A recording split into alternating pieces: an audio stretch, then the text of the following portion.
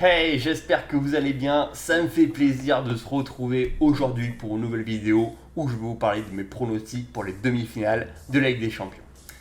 Mais avant de commencer, j'aimerais faire une petite parenthèse sur les raisons de mon absence ou de mon non-activité sur la chaîne YouTube.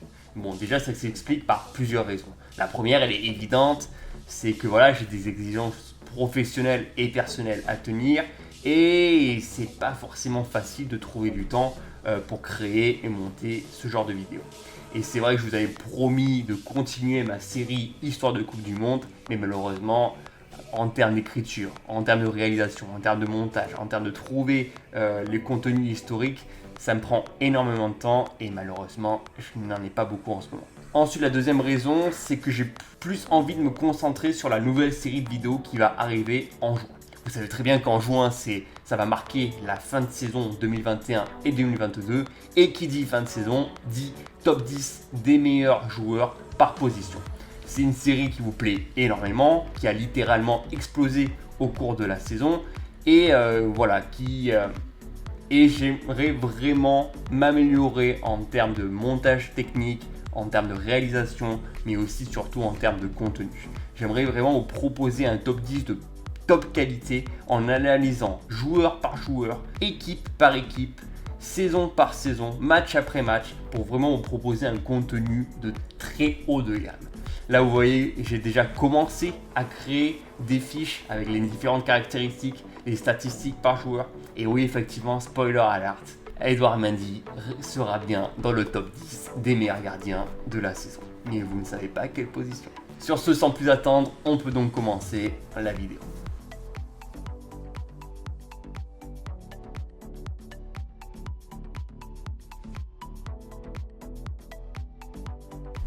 La première demi-finale opposera Liverpool de Jürgen Klopp contre Villarreal d'Unai Emery.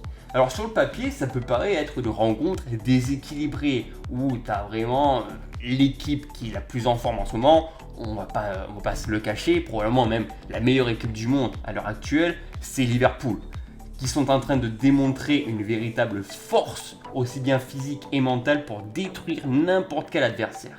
C'est une équipe qui a réussi à remporter la League Cup contre Chelsea. C'est une équipe qui est en finale de la FA Cup. C'est une équipe qui est deuxième de Première Ligue à 1 point de City. Oui, c'est une équipe qui a totalement toutes ses chances de rallier la finale de la Ligue des Champions.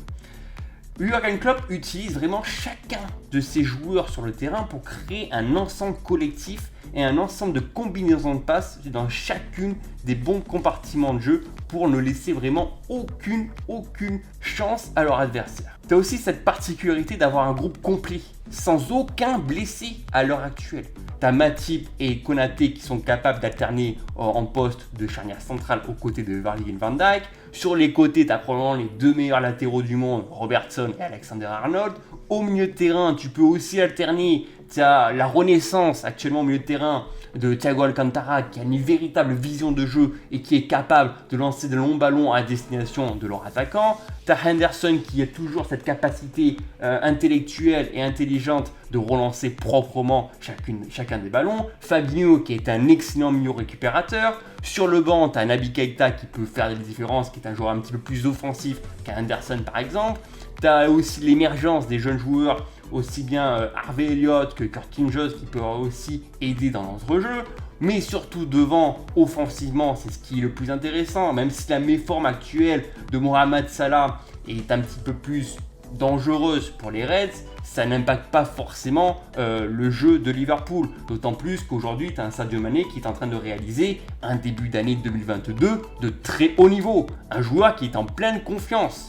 Ensuite, tu as aussi, malgré la petite taille de Diogo Jota, c'est un joueur qui arrive toujours à se démarquer des défenseurs et à se retrouver au bon endroit, au bon moment, dans la surface de réparation avant d'asséner un tir.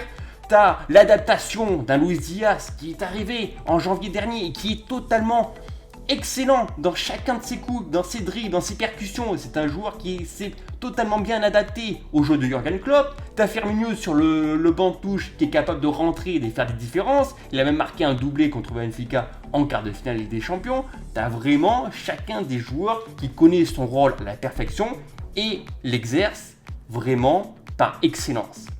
Aujourd'hui, tu ne vois pas comment est-ce que cette équipe, ce groupe-là, peut perdre un match. Je vois pas comment cette équipe peut faillir mentalement. Elle arrive toujours à être beaucoup plus forte et arrive toujours à se défaire même d'une équipe qui est au même niveau qu'eux.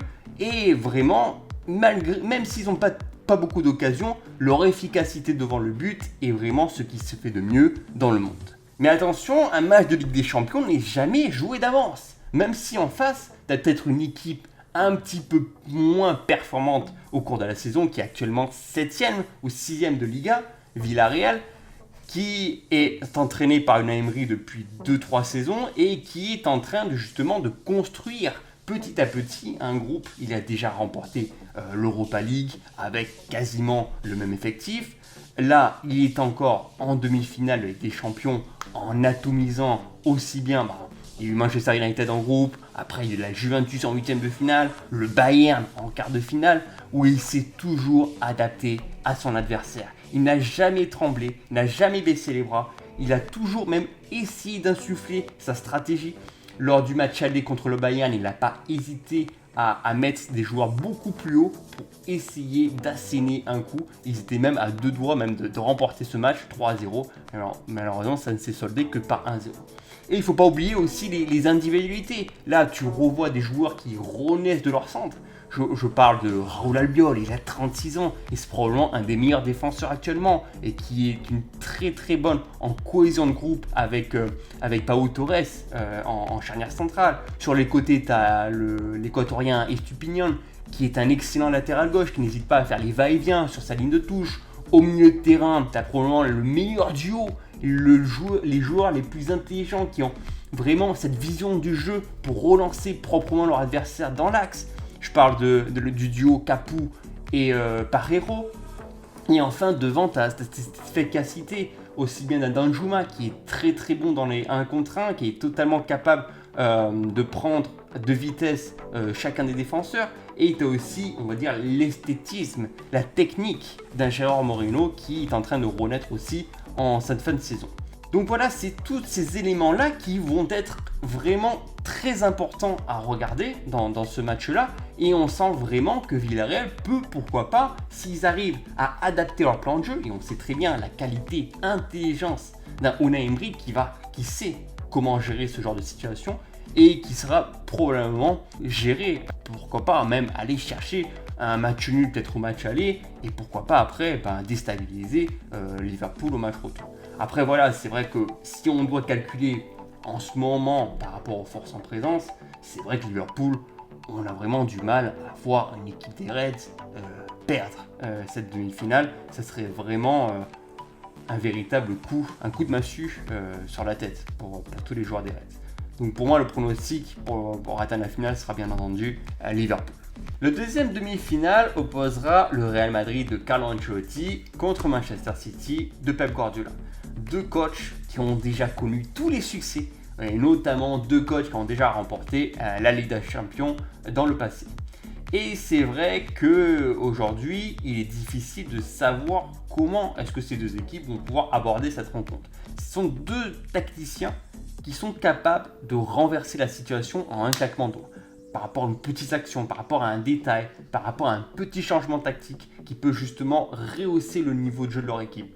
On l'a bien vu, le Real Madrid contre le Paris Saint-Germain, ça a été délicat lors du match aller, même lors de la première période du match retour, où ils n'ont vraiment pas pris le jeu à leur compte, ils se sont laissés submerger par les attaques offensives parisiennes, et finalement ils se sont quand même bien débrouillés à n'encaisser qu'un seul but. Mais pourtant, dans le jeu, avec très peu d'occasions de tir, très peu de décisions par rapport à leur milieu de terrain Modric-Kroos, ça a été assez délicat. Et ça, on l'a même revu lors du match retour contre Chelsea, alors que quand même, ils menaient 3-1 avant le match retour, mais on a vu une équipe un petit peu en doute, un petit peu en difficulté face aux offensifs des Blues de Chelsea.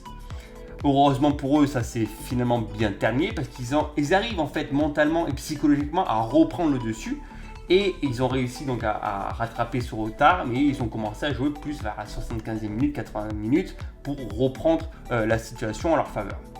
Et c'est vrai qu'aujourd'hui, dans ce contexte-là, tu as deux joueurs qui font peut-être la différence. Et je rajouterais peut-être aussi Thibaut Courtois qui est excellent sur sa ligne et qui est capable de sortir n'importe quelle frappe adverse. Mais c'est vrai qu'aujourd'hui, les deux vétérans que sont Karim Benzema et Luka Modric, qui ont aujourd'hui 35 ans passés et qui sont en train encore une fois de démontrer toute leur splendeur sur le terrain et qui sont capables à eux deux par une action, par une décision, de relancer totalement leur équipe. Et ça s'est vu aussi bien contre le Paris Saint-Germain que contre le Chelsea, que ces deux joueurs seront les 2 points essentiels du Real Madrid. Après, il ne faut pas oublier quand même que le Real, c'est une équipe qui a une chance d'être très très équilibrée, aussi bien milieu, défense, attaque, et qui reste quand même très solide dans les phases de transition. On le voit, un Karim Benzema qui n'hésite pas à dézonner, à se démarquer de ses deux défenseurs pour demander le ballon beaucoup plus bas et essayer d'espérer les deux Brésiliens, Vinicius et Rodrigo, de monter beaucoup plus haut, notamment grâce à leur vitesse. Ensuite, derrière, tu as aussi l'expérience d'un David Alaba qui s'entend très bien avec un Eder Militao et qui réalise une charnière de choc et qui sont plutôt performants dans les duels. Et après, bien entendu, au milieu de terrain, il ne faut pas oublier le trio, toujours éternel, Casemiro, Modric, Kroos, qui, même si ils n'ont plus forcément le même, on va dire, endurance qu'auparavant, mais ça reste des joueurs qui ont cette intelligence de jeu et cette vision exceptionnelle pour totalement relancer leurs joueurs aussi bien en profondeur que dans l'axe, et ça fait vraiment plaisir à voir. Côté Manchester City, c'est peut-être pas forcément leur meilleure saison. C'est une équipe qui n'a pas forcément un groupe complet, qui est toujours impactée par des blessures, notamment derrière. Là, dernièrement, c'était Walker. En ce moment, je crois que Stone il est sorti aussi lors du match contre Brighton. Ruben Dias revient juste de blessure. Zinchenko, il est un petit peu impacté psychologiquement par ce qui se passe dans son pays. Donc c'est un petit peu plus compliqué. Pourtant, ils ont quand même démontré lors du match retour contre l'Atlético leur véritable force mentale pour conserver ce résultat malgré les assauts à répétition offensive de l'Atlético. Et ça, je pense que c'est quelque chose qu'ils ont réussi à s'améliorer au fur et à mesure des années. Parce qu'avant, si tu pouvais voir un Manchester City il y a 2-3 ans, tu pouvais être sûr qu'ils allaient prendre un but dans ce genre de match. Ils n'aiment pas se laisser submerger par ce genre d'action. Et là, vraiment, je pense qu'ils ont réussi à grandir et à réussi à garder leur calme pour garder leur cache inviolée au match retour. Après, offensivement, c'est un petit peu plus compliqué. C'est une équipe qui garde la balle, qui a la possession, qui attend souvent, qui est très patiente avec le ballon, qui essaye toujours de trouver une petite faille, un espace adverse, un petit détail qui pourrait peut-être jouer en leur faveur. Mais c'est vrai que de temps en temps, ils ont trop tendance à jouer de manière latérale aux abords de la surface sans vraiment se créer des occasions. Et après, même le peu d'occasions, le peu de tirs qu'ils peuvent avoir, c'est souvent des tirs ratés qui ne plaident pas forcément en leur faveur.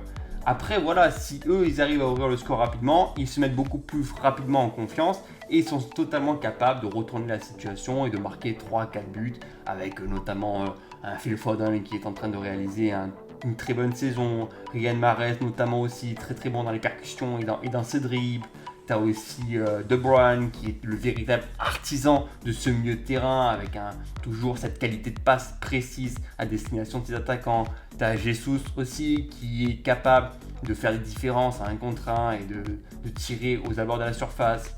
Tu as Gundogan, bien entendu Bernardo Silva aussi qui est très bon balle au pied. Là, tu as tous ces joueurs individuels qui, connectés entre eux, réalisent vraiment un apport beaucoup plus collectif et ça se résulte par une qualité de jeu accrue pour les hommes de Guardiola. Après, c'est vrai qu'aujourd'hui, ils ont réussi à vaincre leurs démons encore une fois, à passer ces quarts de finale. C'est la 2e fois sous l'ère Guardiola qu'ils rejoignent ces demi-finales, 2 fois consécutives. Donc c'est quand même quelque chose de très fort, ce que réalise Manchester City. Et je pense qu'à l'heure actuelle, par rapport aux forces en présence, ils se doivent de rejoindre une nouvelle fois la finale. Et je pense que le monde du foot attend une finale Liverpool-Manchester City. Ça serait vraiment l'aboutissement de la saison, de se terminer la saison européenne par ce match-là, Liverpool-City, qui nous a livré une excellente performance, encore une fois, il y a 2 semaines en championnat, qui s'est soldé par un 2 partout. Et voilà, ce sont probablement les 2 meilleures équipes au monde. Et pour le spectacle, pour le beau jeu, ce serait totalement mérité que City et Liverpool se retrouvent en finale de la Ligue des Champions. N'hésitez pas dans les commentaires à me faire aussi votre pronostic pour cette demi-finale Ligue des Champions. Comme d'habitude, n'hésitez pas non plus à vous abonner, à liker la vidéo, à la partager sur vos réseaux sociaux si vous le voulez.